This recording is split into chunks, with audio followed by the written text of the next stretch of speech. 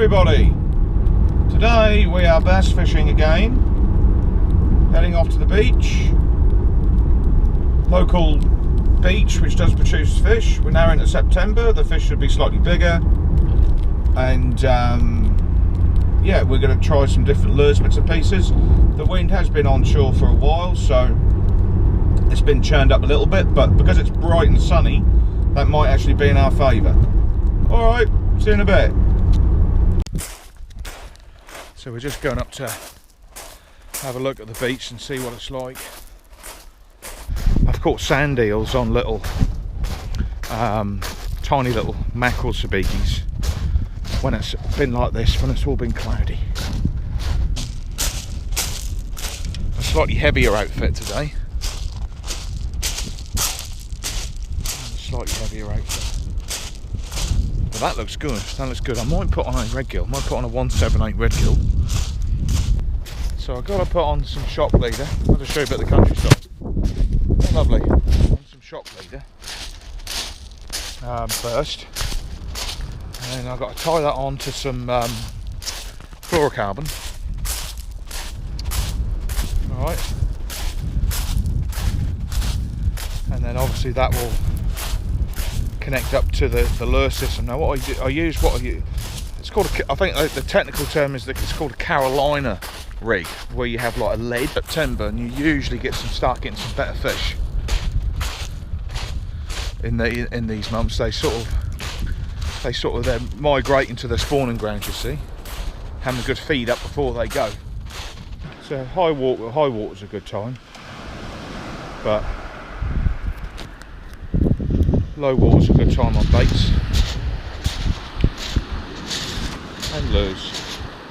Any time's a good time for bass, and you may get a surprise.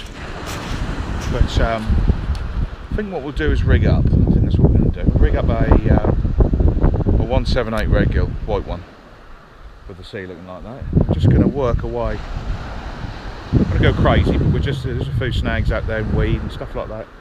Kelp beads. Keep an eye on the bird activity, and we're just going to search, just going to keep going, work away along, see if we can run into one. Right, so the rig is, just so you know, I didn't bring any major shock leader. Well, I did bring some shock leader. I brought some 25 pounds. I've tied 10 pound onto this braid, a shock leader, right? And I've just done a makeshift. It's a bit messy, but it'll work. Got a tiny little swivel. And because I've got no real strong shock leader where the lead is, I've just tied 2 strands of 20 pound, which I've got, right? And I've used a stop knot to keep the lead where it is. I should have put a bead on, but I forgot. It wouldn't matter until it snaps off eventually. And then I got some really nice fluorocarbon. It's about 20 pound onto the business end, which is this white red gill here, 178. Weighted Evo thing. It's about 17 gram, and this is about an ounce and a half. This is about 40 grams, I think. 38-40 grams. Alright, and that's it. And it's like, they call it the Carolina rig, and you just retrieve it, and it's just basically imitating a sand eel on the bottom. Getting a bit of weed on it around there, but I like to leave a little bit of line there for slippages and things. But now, if you can tell by looking at the water, it's like you'd look at that and you think, new way. But I can tell you now, they feed on these sand eels here over the sand, and they come here to feed up. So just because the water's mucky don't mean you ain't gonna get one. Be surprised how clear the water is close to the bottom, just like a foot, 6 inches off the bottom. Be surprised how sort of, you know, clear it is for them. So you've only got to put the lure sort of in front of them, and he wouldn't think twice. That'll be an instinct thing, and he'll just whack it. So you can fish this lure on its own, but with the Carolina rig, ounce and a half, you can just get it out that bit further, And I've had a few bass at range here, so they're not all close in. And they're just waiting for sand eels, you see. So we're just mimicking its prey, and I've got a white one on. And when you bring it in, you can actually still see it. So, see fish pick up the vibration as well. And just lobbing it out. Got some other things to try as well, but I think I always start with what I think would get the fish. Just gone down to a single sort of paddle tail, weighted paddle tail. I think it's called a sidewinder eel, this thing here. It's white. Just got it onto a clip. I mean, when the water's this mucky, fluorocarbon don't matter, but that's on there anyway. But that's the lure. It's got nice paddle tail action to it. Right, people, we are fishing for sea bass on the famous suicide duck. Alright, let's try and get him on that.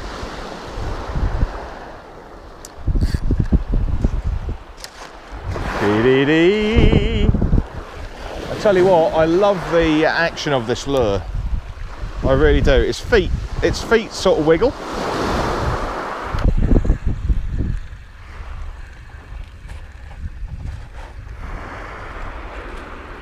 One has grabbed it. One has grabbed it in the murky water.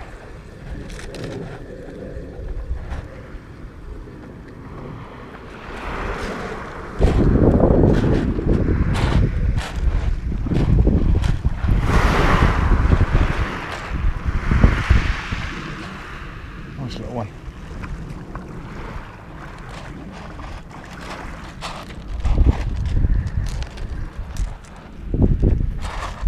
Yeah, lovely little bass. Lovely little bass, look.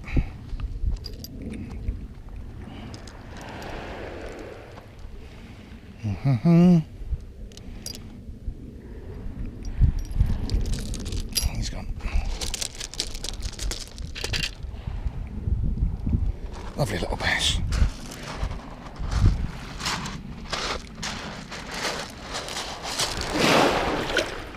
There he goes. Got braid on this time because I'm trying to get the best out of this lure, and it's working a lot better with braid, this lure. I've just been wetting the spool to keep the wind knots down.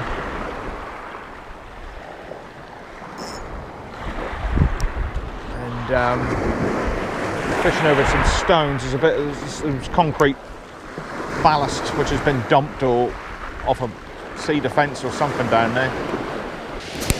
Giant mackerel.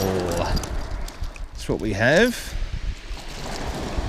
Giant mackerel. That's a decent one. There's a decent one. What to do with him, really? He'll just stay still. He won't get off that easy. No, he's alright.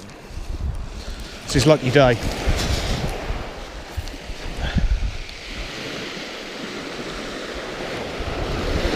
It's his lucky day.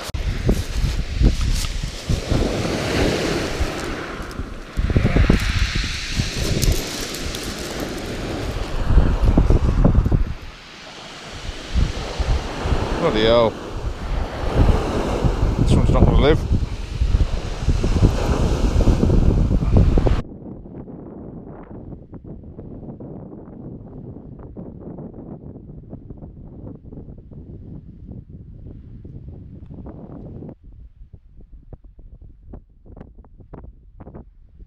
So we're fishing, come down, it's just expecting it to be all clear and lovely, so it's not, it's like chocolate soup again. So I've got on a 15 gram, 14 gram, 15 gram. Apologies for the wind if it's buffeting a bit, but anyway, that's what we're doing, that's what we're using. So fluorocarbon, £8 braid. I'm just watching out for these seagulls which are flying around. Hello! Just finished the session and come across this old sort of sea defence look. Look at this. That's high tide. Fish off this. Ooh, so got to come away from its.